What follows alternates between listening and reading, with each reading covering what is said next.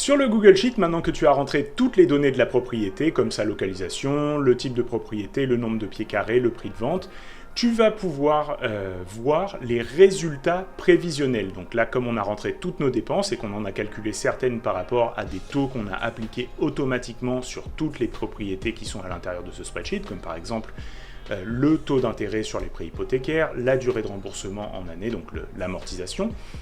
le taux de maintenance qu'on va appliquer à ces propriétés, le taux de dépenses d'investissement, donc qui est le fonds de prévoyance, donc ça c'est ce qu'on va prélever sur les revenus pour pouvoir créer notre fonds de prévoyance, le taux de vacances et le taux de frais de gestion.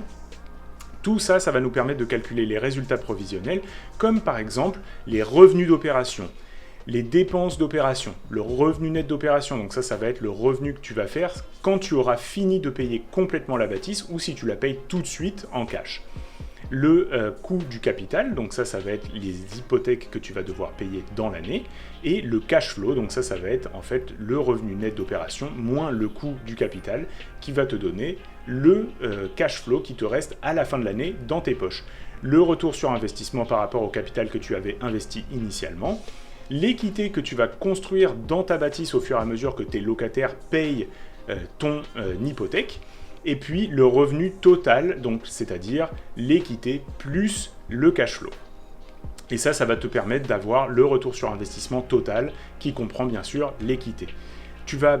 aussi avoir des graphiques ici qui vont te permettre de comparer les différentes propriétés que tu es en train de vouloir analyser pour te donner une bonne idée rapidement de laquelle présente la meilleure opportunité sur le marché. Et tu as bien sûr des projections ici sur 5 ans qui vont te permettre de prendre les meilleures décisions. Donc là, tu vas pouvoir voir que par exemple, la propriété qu'on a analysée, chaque année, elle va avoir de plus en plus, bien entendu, de loyers. On va avoir une appréciation de la valeur immobilière. On va avoir des dépenses aussi qui vont augmenter. Donc tout ça, ça va nous permettre de visualiser comment ça va se dérouler sur chacune des propriétés. Et ici, avec les résultats finaux, on va avoir la moyenne qui nous intéresse. Donc par exemple,